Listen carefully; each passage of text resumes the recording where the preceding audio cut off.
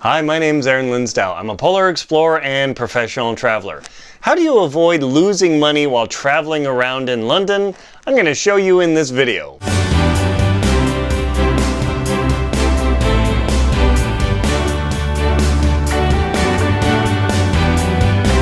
How do you avoid losing money while traveling around in London? Well, when you get to London, when when everything goes back to normal, you're going to want to have your passport because you're going to get out into the world. And London is one of the best places to do it. But it's easy to lose your pounds. Yes, your pounds will flitter away if you're not careful when you're traveling around in London. Why is that? Because you need to use public transport getting around.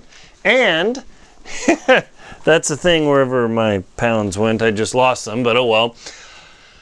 In order to get around London, you need this. You need the Oyster card. Let me put it back here so it's shiny. Yes, the Oyster card.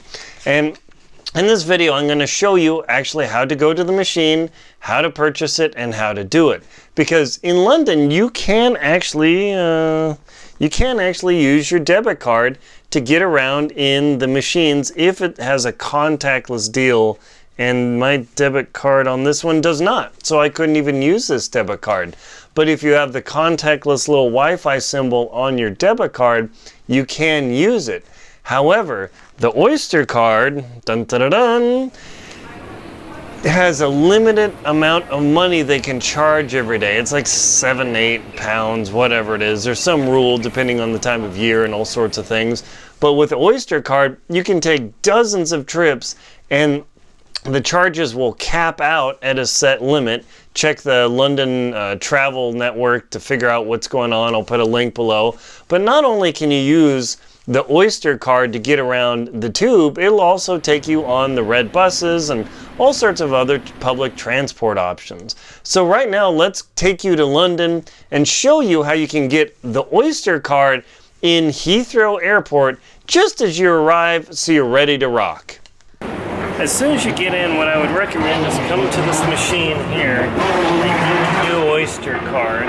Get the new card, maybe one or two, depending on how many travelers you have. And then you hit confirm. And then they prepare a new Oyster card, which is this. And let's just say if you're going to stay here for a week, maybe put 15 pounds on it. And then you put your bank card in there. And you just put it in with the chip and it reads it. And they give you a new Oyster card, and what this allows you to do is allows you to tap on these passes and get onto the tube super quick. You want the Oyster card because it has a max, so if you do a bunch of trips, it tops out every day at some limited amount, so you don't end up spending a bunch of money. You can just have that out and walk into the tube, and away you go.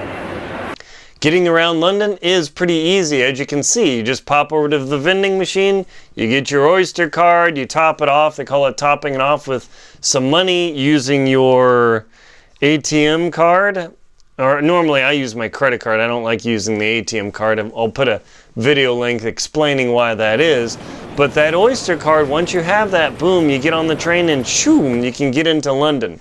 I know travel can be very intimidating because you're afraid, oh, what if I get lost, all this. Believe me, in England, you might get lost, but not really. And who cares? You're in England. You'll have a good time with it.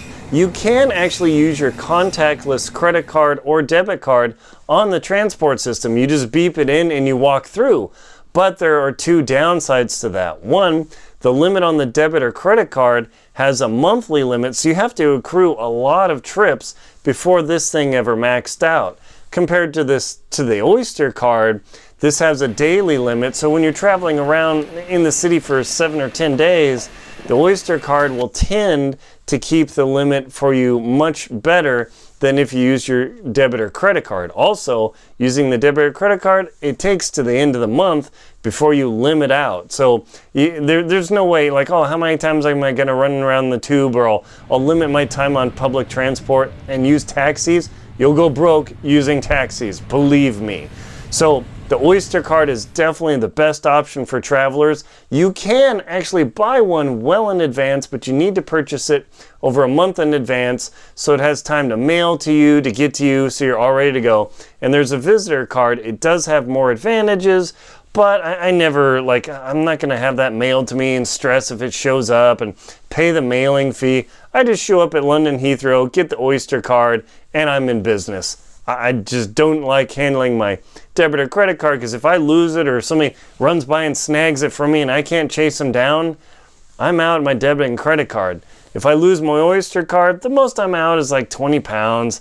It's irritating, but nothing like losing the debit or credit card.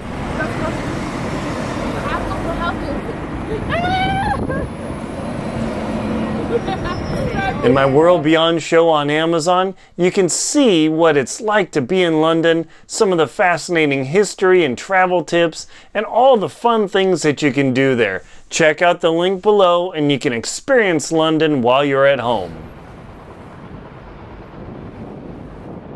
Traveling around in the tube and the public transport system can be intimidating, but if you download one of the tube apps or the map from the TfL website, you'll be able to get around in no time, and it'll be easy for you to get through the hoarding crowds in London to get to the next site you want to see with your Oyster card, and you got there with your passport. My name's Linsdau. I'm a polar explorer and professional traveler. Please like and comment on the video, and if you found it helpful, please subscribe to the channel. Thank you very much for watching, and enjoy your travels.